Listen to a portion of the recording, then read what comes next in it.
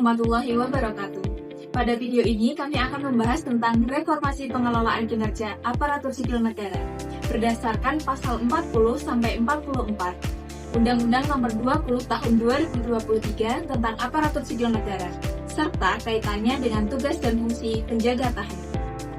Reformasi ASN merupakan upaya pemerintah untuk menciptakan birokrasi yang profesional, adaptif, dan berorientasi pada hasil. Salah satu perubahan penting dalam Undang-Undang ASN tahun 2023 yaitu transformasi sistem pengelolaan kerja, yang tidak lagi hanya berfokus pada penilaian administrasi, tetapi pada pencapaian hasil kerja, perilaku kerja, dan pengembangan kompetensi. Yang pertama yaitu pasal 40, tujuan pengelolaan kinerja ASN.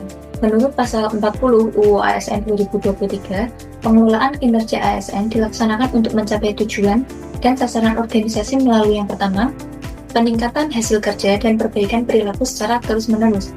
Yang kedua, penguatan peran pimpinan. Dan yang ketiga, penguatan kolaborasi antara pimpinan, ASN, dan pemangku kepentingan lainnya.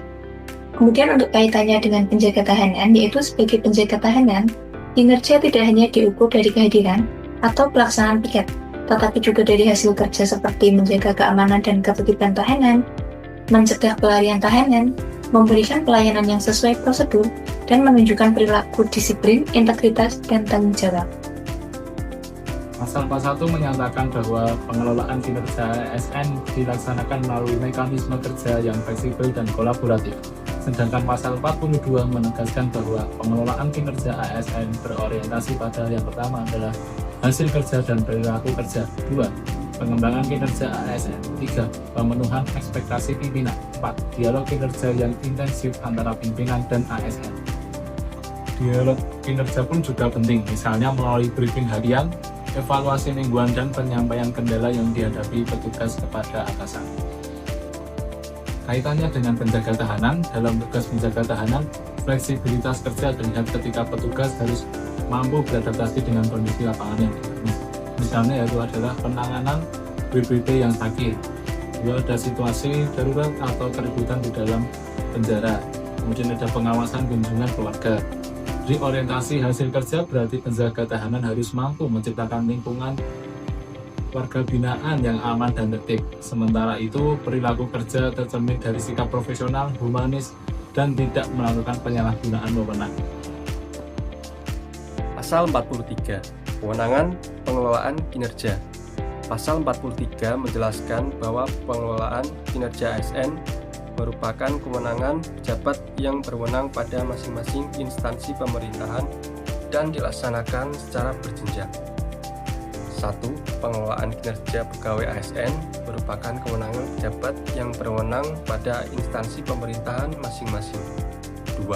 Pengelolaan kinerja pegawai ASN sebagaimana dimaksud pada ayat 1 didelegasikan secara berjenjang dalam lingkungan rumah tahanan atau lembaga pemasyarakatan. 1.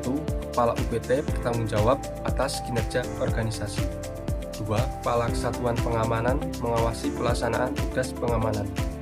3. Kepala Regu mengawasi kinerja anggota penjaga tahanan.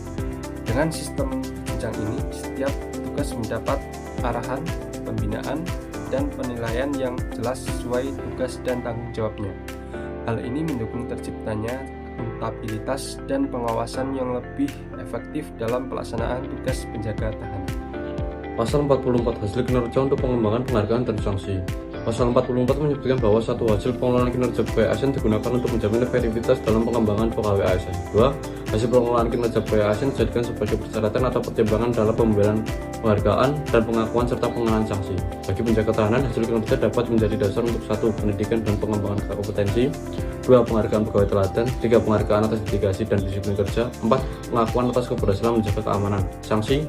1. Teguran bagi pelanggaran disiplin. 2. Hukuman disiplin apabila terjadi kelalaian tugas. 3. Evaluasi khusus bagi petugas dengan kinerja rendah. Dengan demikian, sistem kinerja ASN mendorong setiap penjaga tahanan untuk bekerja lebih profesional dan bertanggung jawab. Nah, dari pembahasan pasal 40 sampai 44 Undang-Undang Nomor 20 Tahun 2023 dapat disimpulkan bahwa reformasi pengelolaan kinerja ASN menekankan pada pencapaian hasil kerja, perilaku kerja yang baik, kolaborasi, peran pimpinan, serta pengembangan kompetensi ASN. sistem ini juga memastikan bahwa kinerja menjadi dasar dalam pemberian penghargaan maupun sanksi. Bagi penjaga tahanan, reformasi ini mendorong peningkatan profesionalisme, disiplin, integritas, dan kualitas pelayanan, sehingga keamanan dan ketertiban tahanan dapat terjaga dengan baik sesuai tujuan organisasi. Terima kasih. Wassalamualaikum warahmatullahi wabarakatuh.